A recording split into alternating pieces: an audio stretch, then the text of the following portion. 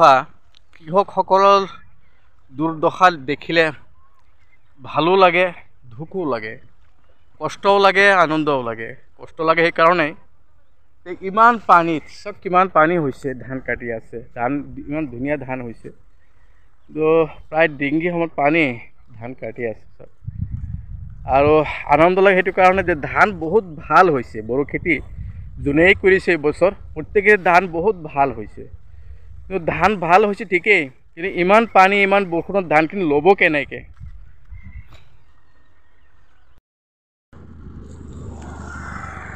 ডিংগি সময়ত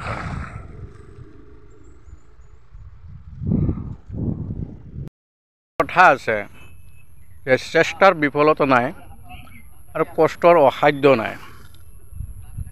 যে আমি সদায় কওঁ যে মাটিয়ে খাটি,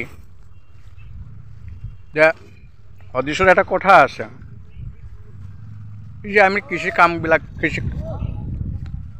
খেতিবিলাক যে কৰোঁ, আমি চেষ্টা কৰোঁ, ওপৰৱালাই আমাক তৌফিক দিয়ে।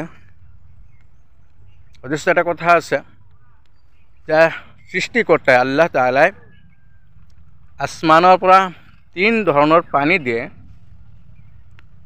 এক ধৰণৰ পানী উৎপন্ন কৰে আৰু এক ধৰণৰ পানী দিয়ে, এইটো পানীয়ে গুটিখিনি পুৰঠ হয়, গুটিখিনি বঢ়াত কামত আহে। আৰু এক ধৰণৰ পানী দিয়ে যিটো গছ গছনি খেতি বাতি এইবিলাকে নিজেও বক্ষণ কৰে, আন জীৱ জন্তুৰ কাৰণে ছয়লাভ কৰি বঢ়াই দিয়ে। আমি যিমানেই চেষ্টা নকৰোঁ, যিমানেই প্ৰচেষ্টা নকৰোঁ, বৰষুণৰ পানী নোহোৱালৈকে, আসমানৰ পানী নোহোৱালৈকে খেতি বাতি ইমান ধুনীয়া নহওক, গছখিনি ইমানকৈ নাবাঢ়ে।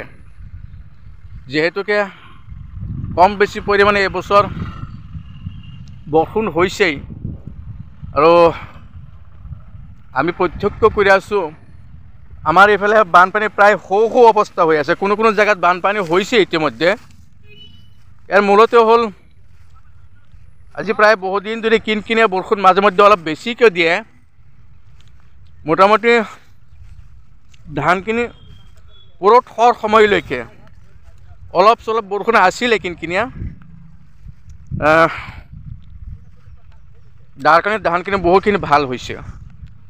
আৰু আমাৰ এইটো অঞ্চলৰ কৃষকসকলে বিশেষকৈ প্ৰত্যেকৰ মাটিত দুটা কৃষি কৰে, দুটা পদ্ধতিত উপাৰ্জন কৰে। যাৰেও এডোখৰ মাটি আছে প্ৰত্যেকেই নিজৰ মাটিটো পাৰ বান্ধি দিয়ে, যাৰ ফলত মাছো উৎপাদন কৰিব পাৰে আৰু এই পুখুৰীটোত আকৌ খেতিও লগাই দিয়ে, ধানো লগাই দিয়ে।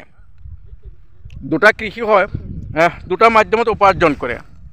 এতিয়া আপোনালোকে চাইছে, যাৰে এডোখৰ মাটি আছে প্ৰত্যেকেই মাটিডোখৰত পাৰ বনাই দিয়ে, যাত মাছো উৎপন্ন কৰে, খেতিও হয়। এইটো এটা আচলতে আমাৰ প্ৰত্যেকেৰ মাটি এনেকুৱা, আমাৰ এই গাঁও অঞ্চলৰ প্ৰত্যেকেই এইটো ব্যৱস্থাত নিজৰ মাটিটোত উৎপন্ন কৰে, উৎপাদন কৰে, মাছ উৎপন্ন কৰে, খেতিও কৰে। চাওক কিমান ধুনীয়া হৈছে, ধানো হৈছে, মাছো বহুত আছে, ভাল লাগে।